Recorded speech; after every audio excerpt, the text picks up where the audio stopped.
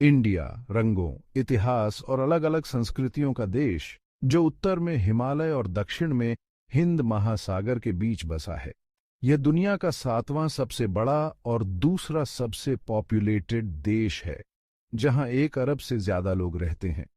हिमालय की बर्फीली चोटियों से लेकर पश्चिमी घाट के ट्रॉपिकल रेन फॉरेस्ट तक, इंडिया की भौगोलिक विविधता वाकई लाजवाब है। शक्तिशाली गंगा नदी, लाखों लोगों की जीवन रेखा, इसके उत्तरी मैदानों से होकर बहती है, जबकि थार मरुस्थल पश्चिम में फैला हुआ है। इंडिया का डेमोग्राफिक लैंडस्केप भी इसके टेरेन की तरह ही विविध है। ये भाषाओं, धर्मों और परंपराओं का संगम है, जहां देश भर में 22 आधिकारिक भाषाएं और अनगिनत बोलियां बोली जाती हैं। यह अविश्वसनीय विविधता ही इंडिया को इतना अनूठा और मनोरम बनाती है। यह एक ऐसी धरती है जहां प्राचीन परंपराएं आधुनिक आकांक्षाओं के साथ हैं, जहां स्पिरिचुअलिटी और विज्ञान साथ साथ चलते हैं। इंडिया की कहानी उसके रेजिलियंस और एडेप्टेबिलिटी का प्रमाण है। सदियों से यह कई इन्फ्लुएंसेस से शेप्ड हुआ है, जो कला, वास्तुकला, साहित्य और दर्शन में एक समृद्ध विरासत छोड़ गया है। इंडिया की कहानी सिविलाइजेशन के शुरुआत से ही शुरू होती है। सिंधु घाटी सभ्यता दुनिया की सबसे पुरानी अर्बन सिविलाइजेशंस में से एक, 5000 साल पहले भारतीय उपमहाद्वीप के उत्तर पश्चिमी भाग में फ्लरिश्ड हुई थी। अपने advanced urban planning, sophisticated drainage systems और रहस्यमय लिपि के लिए जाने जाने वाले सिंधु के लोगों ने एक ऐसी विरासत छोड़ी जो आज भी इतिहासकारों और पुरातत्वविदों को इंट्रीग करती है। लगभग 1500 ईसा पूर्व वैदिक काल शुरू हुआ, जो इंडो आर्यन ट्राइब्स के आने और वेदों की रचना से चिह्नित है, जो पवित्र भजनों और ग्रंथों का एक संग्रह है जो हिंदू धर्म की नींव बनाते हैं। वैदिक काल में जाति व्यवस्था का विकास हुआ, एक सामाजिक पदानुक्रम जो आज भी भारतीय समाज को इन्फ्लुएंस करता है। इस युग ने हिंदू धर्म, बौद्ध धर्म और जैन धर्म की नींव भी रखी, जो दुनिया के 3 प्रमुख धर्म हैं जिनकी उत्पत्ति इंडिया में हुई थी।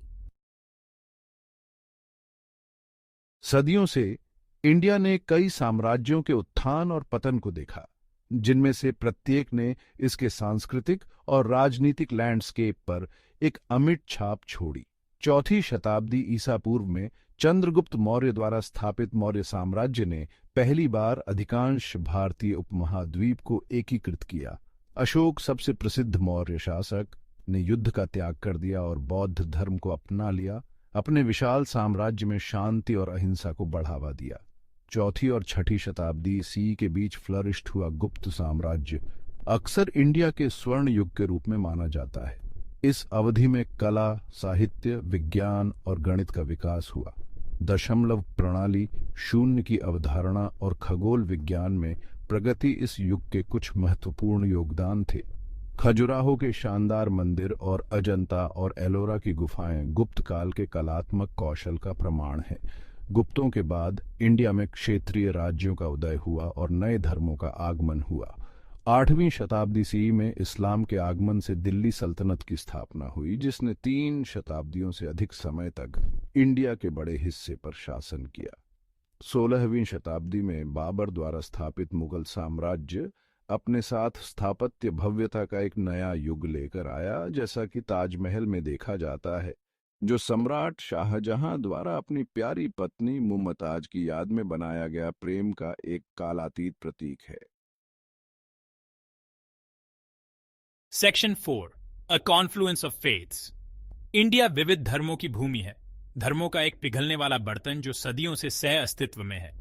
हिंदू धर्म प्रमुख धर्म, मान्यताओं और प्रथाओं का एक जटिल ताना बाना है, जिसमें देवी देवताओं का एक पैंथियन, पुनर्जन्म में विश्वास और कर्म और धर्म पर जोर दिया गया है। 6वीं शताब्दी ईसा पूर्व में इंडिया में उत्पन्न बौद्ध धर्म ध्यान, करुणा और आत्मज्ञान की खोज पर जोर देता है।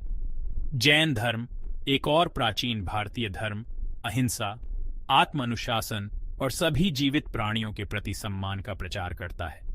8वीं शताब्दी सीई में इस्लाम के आगमन ने सांस्कृतिक प्रभावों की एक नई लहर ला दी। सूफीवाद, इस्लाम की एक रहस्यमय शाखा, ने प्रेम, सहिष्णुता और आध्यात्मिक एकता पर जोर देने के लिए इंडिया में लोकप्रियता हासिल की। गुरु नानक द्वारा 15वीं शताब्दी में स्थापित सिख धर्म सामाजिक न्याय, समानता और निस्वार्थ सेवा का समर्थन करता है। इंडिया की धार्मिक विविधता, सहिष्णुता और समावेशिता की भावना का प्रमाण है। इंडिया का स्वतंत्रता का सफर एक लंबा और कठिन संघर्ष था, जो अपने लोगों के रेजिलियंस और दृढ़ संकल्प से चिह्नित था। ब्रिटिश औपनिवेशिक काल, जो 18वीं शताब्दी के मध्य में शुरू हुआ, भारतीय समाज, अर्थव्यवस्था और राजनीति में महत्वपूर्ण बदलाव लाया। 1885 में स्थापित भारतीय राष्ट्रीय कांग्रेस भारतीय स्वतंत्रता आंदोलन का प्रमुख नेता बन गया। महात्मा गांधी, जवाहरलाल नेहरू और सरदार वल्लभभाई पटेल जैसी प्रमुख हस्तियों ने जनता को संगठित करने और अंग्रेजों के साथ बातचीत करने में महत्वपूर्ण भूमिका निभाई। गांधी जी के नेतृत्व में अहिंसक प्रतिरोध आंदोलन या सत्याग्रह स्वतंत्रता की लड़ाई में एक शक्तिशाली हथियार बन गया। अंततः 15 अगस्त 1947 को इंडिया ने स्वतंत्रता प्राप्त की। लगभग 200 साल के ब्रिटिश शासन का अंत हुआ। हालांकि इंडिया के विभाजन ने लाखों लोगों के विस्थापन और सांप्रदायिक हिंसा सहित महत्वपूर्ण चुनौतियों को जन्म दिया। स्वतंत्रता के बाद इंडिया ने राष्ट्र निर्माण की यात्रा शुरू की, जिसमें आर्थिक विकास, सामाजिक सुधारों और लोकतांत्रिक शासन पर ध्यान केंद्रित किया गया। अपनी विशाल और विविध आबादी के साथ इंडिया कई चुनौतियों और अवसरों का सामना करता है। आर्थिक रूप से इंडिया ने उल्लेखनीय वृद्धि देखी है, जो दुनिया की सबसे बड़ी अर्थव्यवस्थाओं में से एक के रूप में उभर रहा है। हालांकि गरीबी, बेरोजगारी और आय असमानता जैसे मुद्दे महत्वपूर्ण बाधाएं बने हुए हैं। सरकार ने आर्थिक विकास को बढ़ावा देने, बुनियादी ढांचे में सुधार और नवाचार को बढ़ावा देने के उद्देश्य से विभिन्न नीतियां लागू की हैं। पर्यावरण के मोर्चे पर इंडिया को वायु और जल प्रदूषण, वनों की कटाई और जलवायु परिवर्तन सहित गंभीर चुनौतियों का सामना करना पड़ता है। स्थायी प्रथाओं को बढ़ावा देने, वन्यजीवों के संरक्षण और प्राकृतिक संसाधनों की रक्षा के प्रयास किए जा रहे हैं।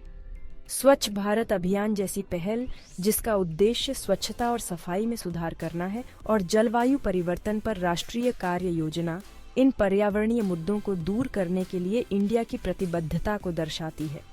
इंडिया के भविष्य के लिए आर्थिक विकास को पर्यावरणीय स्थिरता के साथ संतुलित करना महत्वपूर्ण है। वास्तव में अपनी युवा और गतिशील आबादी के साथ इंडिया में प्रौद्योगिकी, स्वास्थ्य सेवा और अक्षय ऊर्जा सहित विभिन्न क्षेत्रों में एक वैश्विक नेता बनने की क्षमता है। कुंजी अपने सभी नागरिकों के लिए समावेशी और स्थायी विकास सुनिश्चित करते हुए इस क्षमता का दोहन करने में निहित है।